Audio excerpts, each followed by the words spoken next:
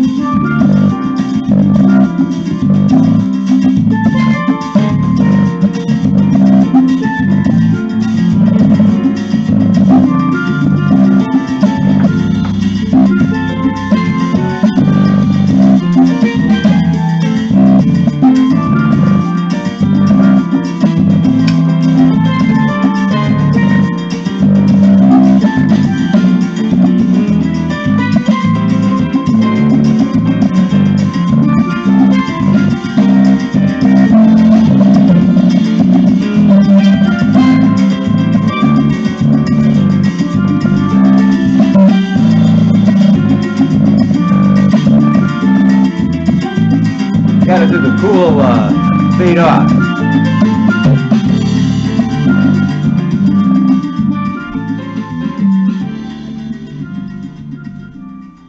Oh, yes, sirree. Hello and welcome back. Wasn't that professional? Again, I'm Mack, and this is the world of Carpe Diem, Mack's Headroom. I got a new chair. Wanted to make myself get a little taller, so I got this really cool chair at a, wonder how many asses have sat in this chair, because I bought it at a resale shop. Can you imagine how many asses were in this chair? I stole that joke. That was really a Lenny Bruce routine. Ha-ha! Well, you can tell I'm stoked about today's subject. And, I don't know exactly how to encapsulate what I want to talk about, but I've made reference a lot of times as I take a drag off of a cigarette that I'm 65 fucking years old, okay? And I suppose existential psychologists would say, that I'm in an existential period. Wait, I'm trying to hide that thing there. I'm in an existential period of my life, I suppose. Just had a couple heart attacks a year and a half ago. So, I've been thinking about a lot of different things, and I've experienced a lot of things as I've been thinking about, just what my life is like, what it's been like, what I've done, etc. And, I'm a guy who likes to, jump into things that usually the obscure. So this is a subject that spans, like a long period of time, and it's taken how many years? Gee whiz. In my lifetime, it's taken since about 1975 to actually come to a head. But unfortunately, it came this issue that I'm going to tell you. Don't worry, okay? Chill. This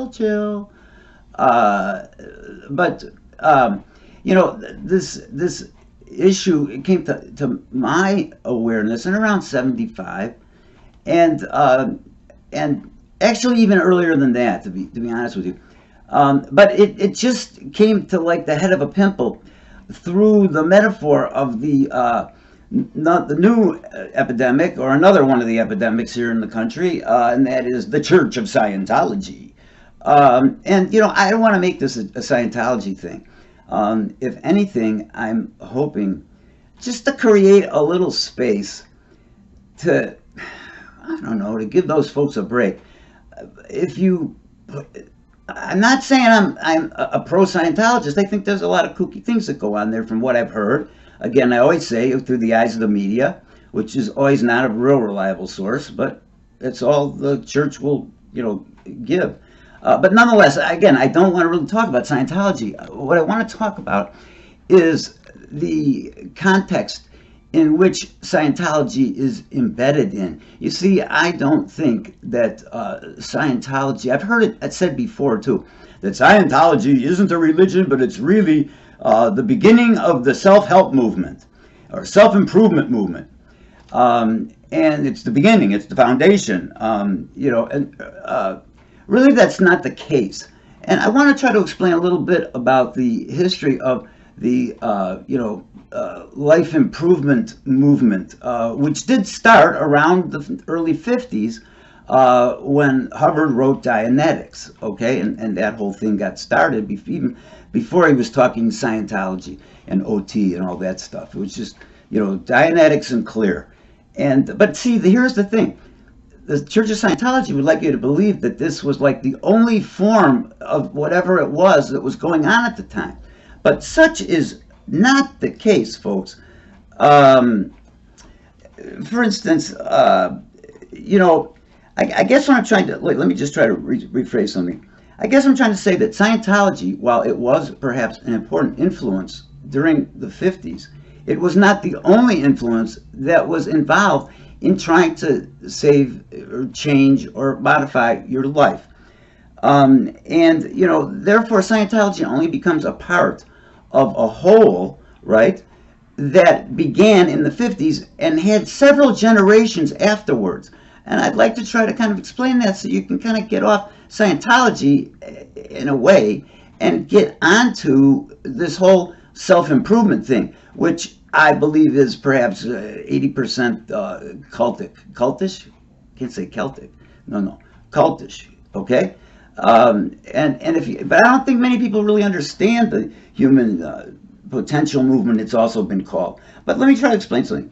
Generation 1, which Scientology was a part of that whole, also included things like Dale Carnegie, the guy who believed in improving your self-confidence through public speaking, okay? There was also, for instance, Norman Vincent Peale, who was talking about the power of positive thinking, as I remember.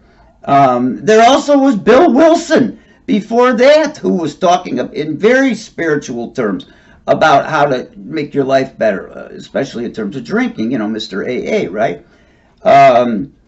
There was also Edgar Cayce.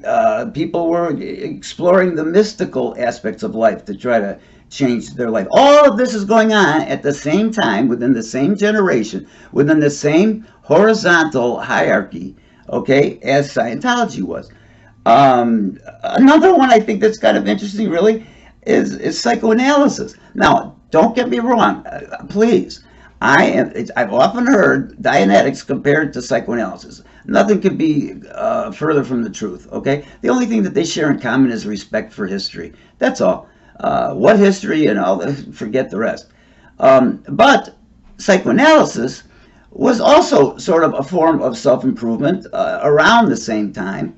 It was definitely very popular then, but it was geared more toward people who had psychiatric problems. So it didn't come into this genre of self-improvement, of life improvement, So there was Generation 1.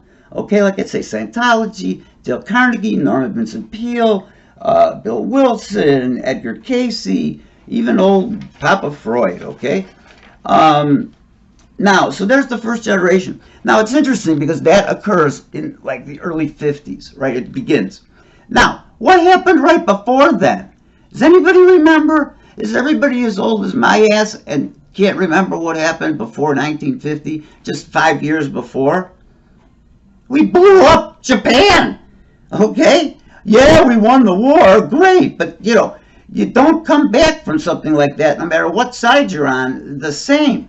So doesn't it make sense that, here are all these, soldiers coming back, marching, hooray, people are throwing confetti all over the place, but meanwhile they've seen people get their heads chopped off, and someone was out their husband and maybe took a lover, and who knows, but definitely coming home from a war and the aftermath takes a great deal of adaptation to, perhaps a decade worth to kind of restructure yourself, even if you were the winner of the war. You understand? You were part of a crisis, a major crisis.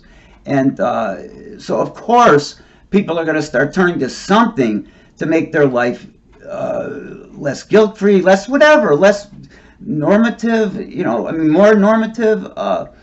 You know, they just came out of this awful place where 1 million Jews were baked and gassed, and you know, and you know, Adolf Hitler was, you know, walking around talking like a crazy man, and Pearl Harbor was bombed, and you know, how do you walk away from that just because you won the war? Yay, yay, yay, happy, happy, happy. I doubt that very, very much. So isn't it coincidental that 5 years after the end of World War II, all these self-help things, the ones I just mentioned, pop into experience? And it's also interesting too that, you know, Hubbard, again, I don't mean to keep picking on Scientology, but you know, Hubbard, you know, advertises the fact that he was a war hero.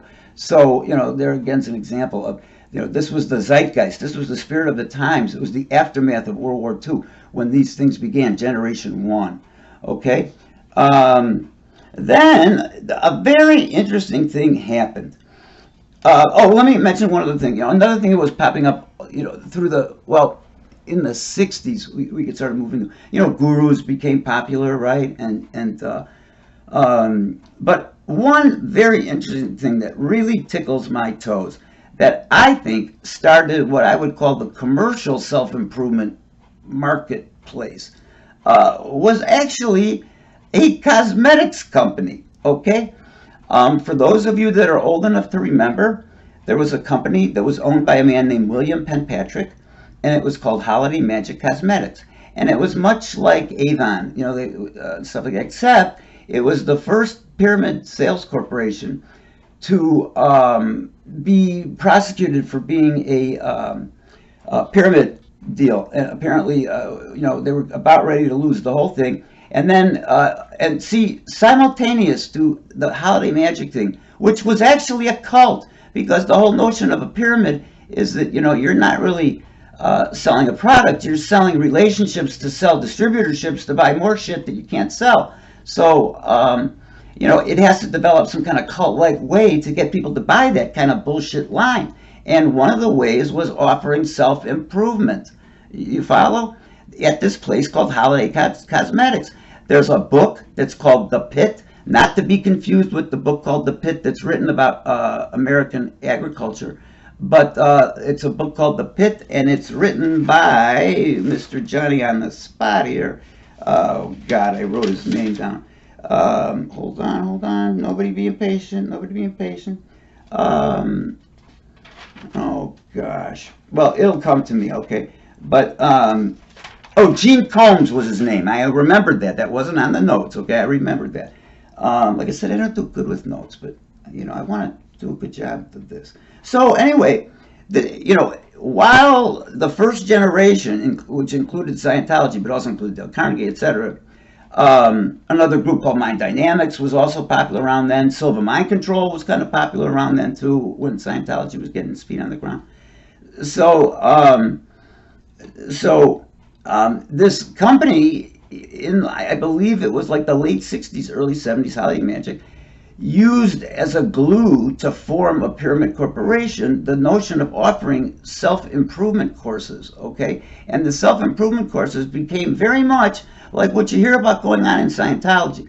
You know, for instance, not only were you required to get for an advancement in the system, the corporation, but you also had to take certain courses which you had to pay for to improve yourself, because therefore you'd be, you know, a quality manager, for instance.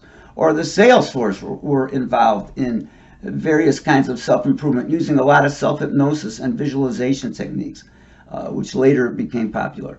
But, you know, this place was like really gluing its employees and manipulating its employees to remain a corporation, because they weren't selling anything except the right to sell something. You understand? That's why they were prosecuted, you know, massively. And at the end of the whole thing, things got really out of hand with this self-improvement stuff. They were putting people in coffins. Like I said, it's all depicted in the book called The Pit by Gene Combs. He was a victim. And it was called Leadership Dynamics Institute. Okay, that was the name that they gave this cult. Well, really the cult was Holiday Magic, but this was a subcult, okay?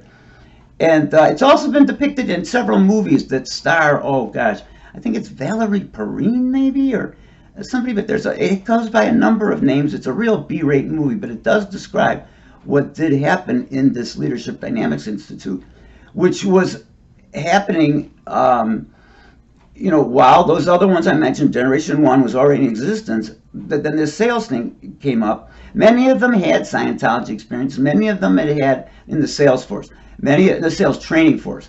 Many of them had training in something called Mind Dynamics by Alexander Everett, who ripped off Jose Silva, who had been doing Silva mind control for years and years and years, which was no more than self-hypnosis, actually. And what happened was that William Penpatrick, okay, the owner of Holiday Magic, decided, because this became so cult-like, that the courses now became more important than the right to selling the product, which became more important than selling the product anyway. I mean, it was a total mess, and it was very cult-like.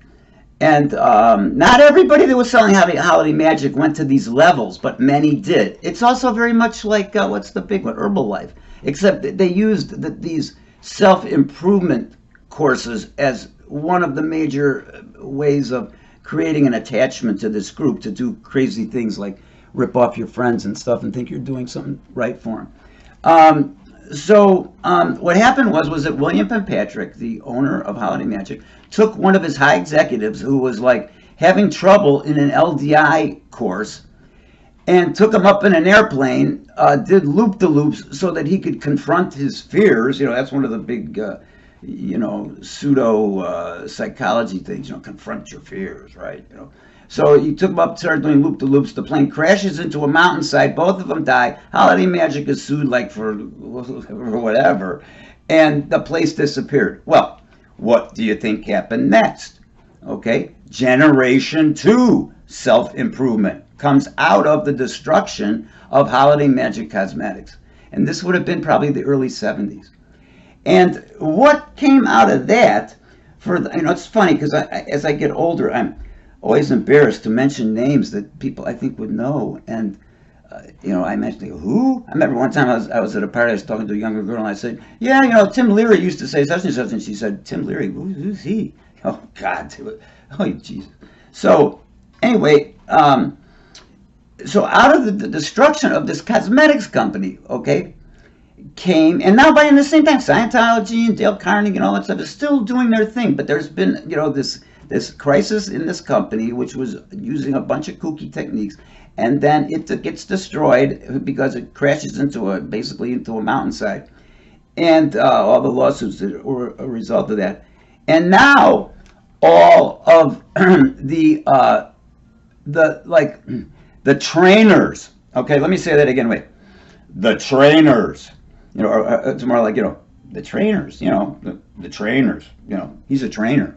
No, he was an S-trainer, yeah, a trainer, yeah. Well, obviously I'm being a little bit cynical, but all of the people who created a number of these 1970s get your life together and attract celebrities at the same time in a weekend, 2 weekends, 4 days, it would depend, were created because these guys who were part of the training force at Holiday Magic Cosmetics didn't have a job anymore. So they took it to the public and said, well, we used to use this with making salesmen better salesmen and executives better executives. Why can't we use it on people being better people? Well, the reason you never should have is because it didn't do a fucking thing, okay? It was bullshit. It was the worst bastardization of I guess, psychology primarily. But anyway, those groups I could mention in the second generation was, for instance, Erhard Seminars Training. Werner Erhard was on the cover of Time magazine, okay? That was a Wednesday, a weekend, a Wednesday in the middle. Excuse me. Excuse me. It was a Friday and Saturday and Sunday, and then it was a Wednesday in the middle, and then a Friday and a Saturday the next weekend, and then a Wednesday in the middle when you were supposed to bring new recruits, okay? Werner Erhard started that, and it was a real big thing. But then, as it happens in all of, I don't care what you're talking about, psychiatry, psychology, there's always these immature ways of solving differences, and they break off from each other instead of negotiate, And so for instance, other groups like Stuart Emery sprung away. Stuart Emery was the first trainer of Werner Erhard's for S. He split off and started a place called Actualizations. Okay. There was also a big one in Chicago that I was way involved with. I mean, like, I was on the road to joining a cult, okay? On the road. And thank God I had the ego strength to actually, in a big standoff, as I was just about ready to graduate after dropping out of society for a month to become an instructor of one of the courses, I sort of took on 20 people, and I got exactly the same kind of treatment that you see, you know, people getting treated by Scientology. I was cut apart. I was called gay. Some gay guy in the group, you know, said, I've been seeing the way you've been looking at me. I mean, it was like really like crazy scary.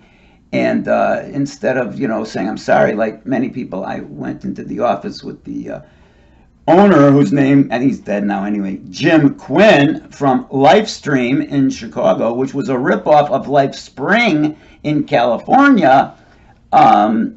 I took him in his office. I literally took him in his office and said I was going to go to our old pal Walter Jacobson. Now, there, that tells you how old you are, the media, and I was going to expose what a ripoff place they were.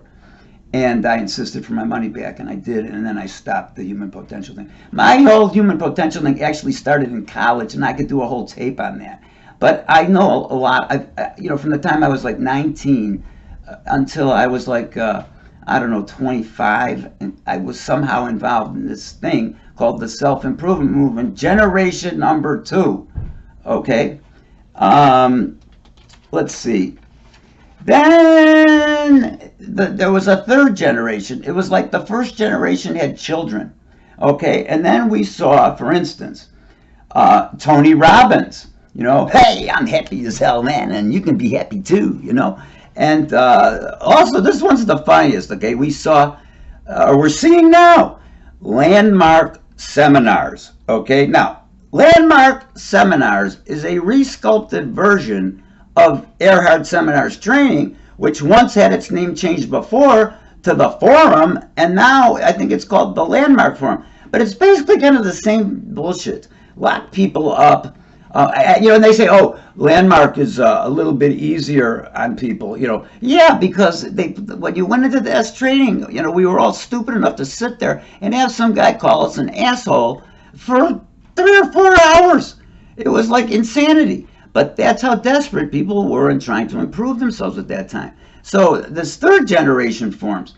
And then we hear like Tony Robbins, the Landmark Forum, you know, even Nexium. You know, that thing about the actor, that actress, her last name is Mack. Obviously, I'd remember that. Jennifer, maybe, Mack. She was a member of a group called Nexium. And Nexium was a,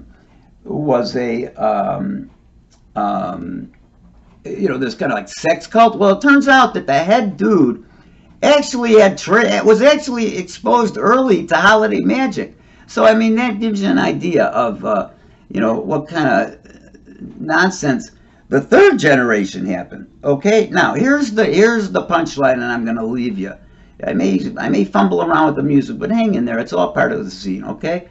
If you notice, by the way, I did not do Mack the Knife. Oh, but I'll get to that. Okay. But anyway, I want to come to this. So there's 3 generations really. Now here's the interesting thread. There's only one of all of those that really took any roots, okay? And that happens to be Scientology, which is, for better or for worse, I mean, gosh, if I was a Scientologist and I considered myself a religious person, which I'm not, but if I was and people were trying to talk shit about something I believed in strongly, I'd be real pissed off, you know? Same time, you hear they're responsible for shunning people and shit like that, and you say, fuck you, you're stupid, you know, and you're just controlling people, and you're a cult, you know. But my point is there have been many cults around in what I call a commercial market. You know, these are not like the Mormons, you know, which would also be considered a cult. You know, they're not the Moonies. They were these commercial deals that all spun off from an incident that happened in a cosmetics company that was probably borrowing and making up shit as they went along, but it got real deadly. They would put people in pig pens if they ate too much. They were handling people who acted like their life was dead. They were put in coffins for like 6 hours. I mean, real bizarre stuff. That was Leadership Dynamics Institute.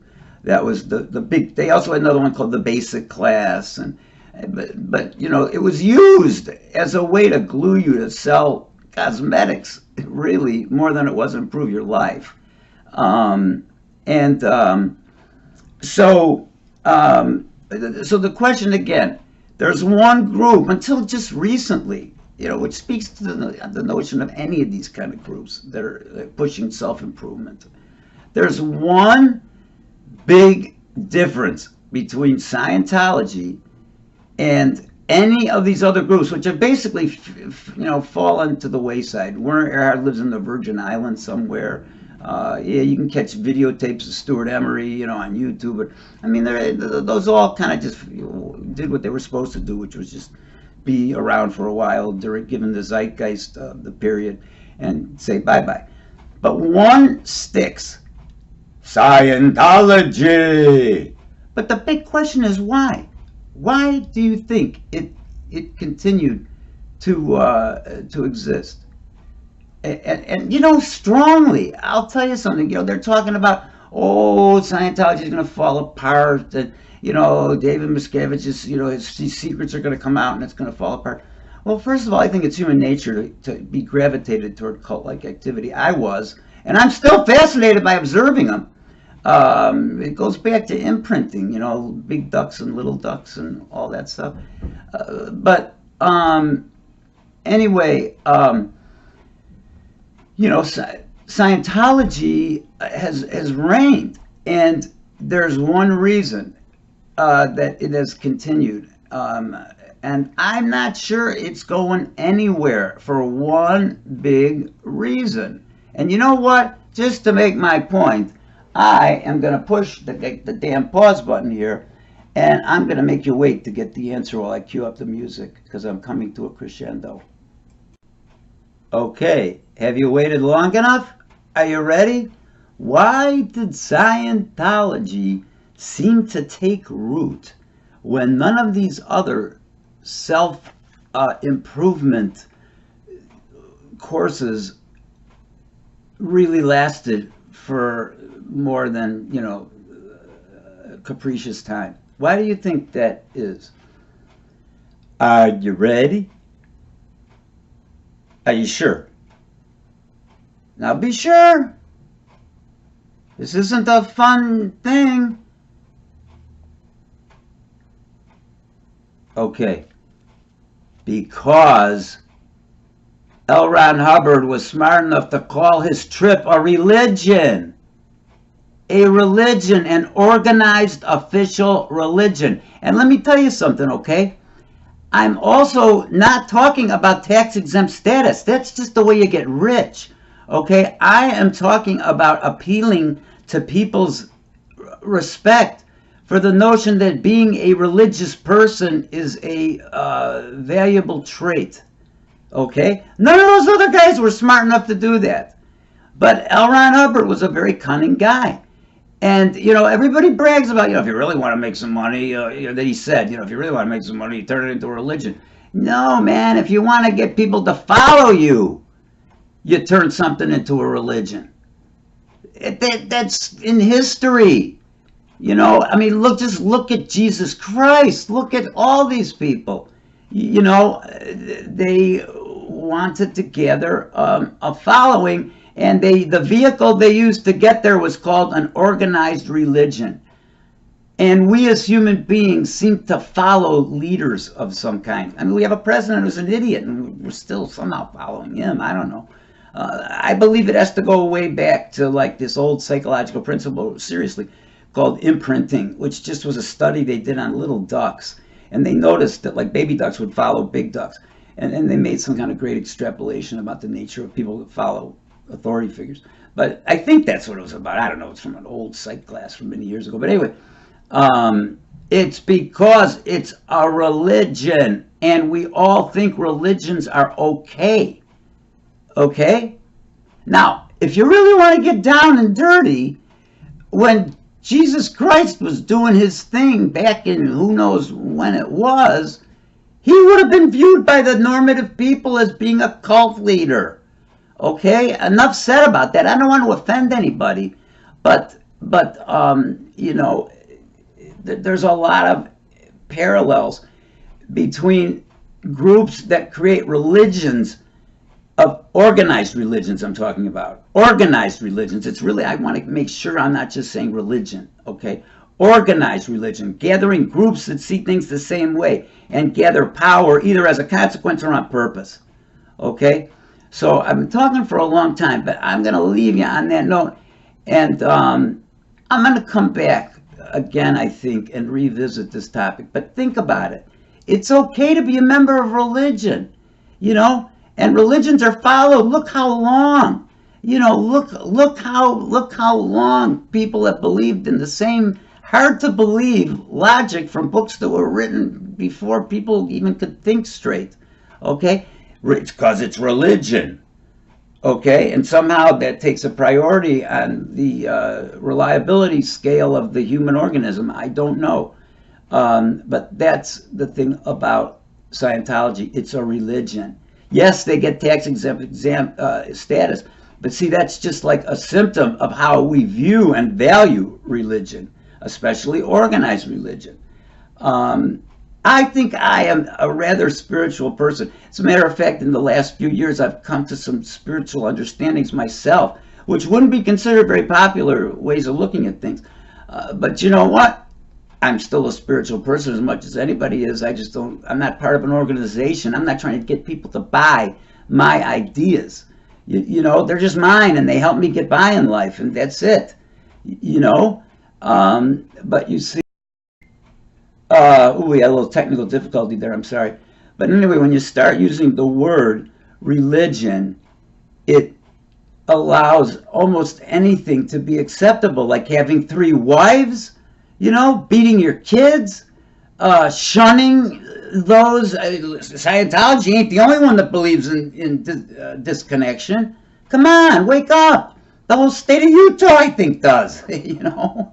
So, you know, let's realize that, okay? That's how he pulled it off.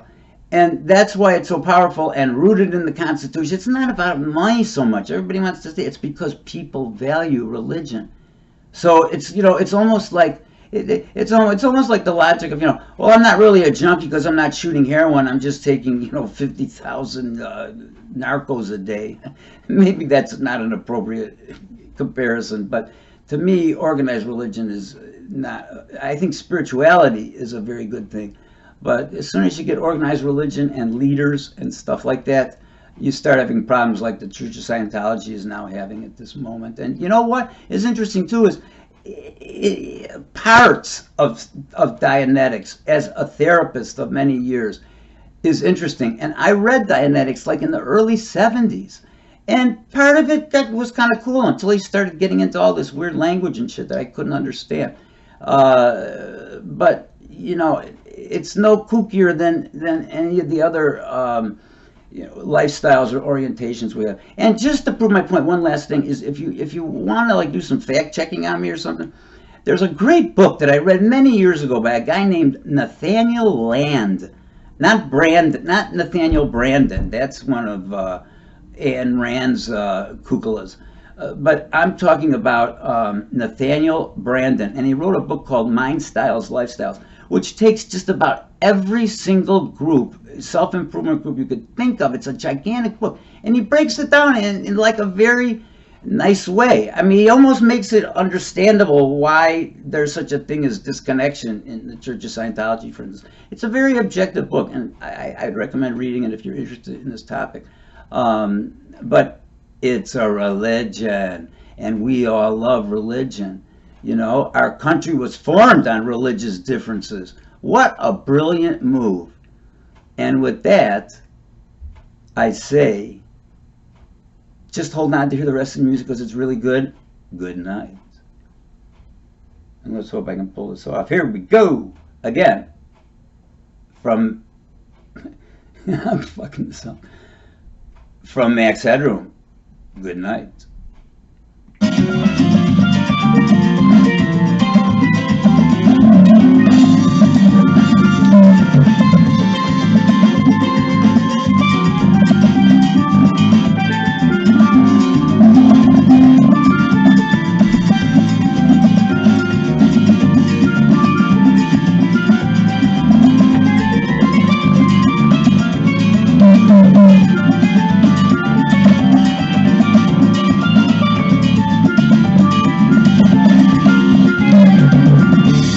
Up, we still in the air. Look at that little baby. Oh.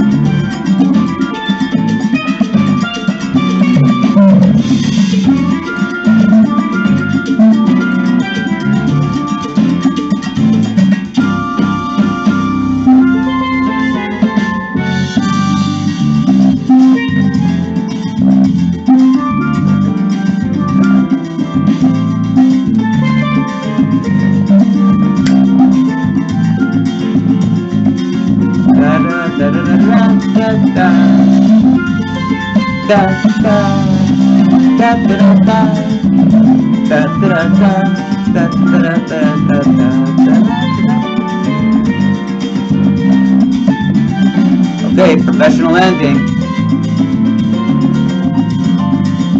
Oh, baby, fade out.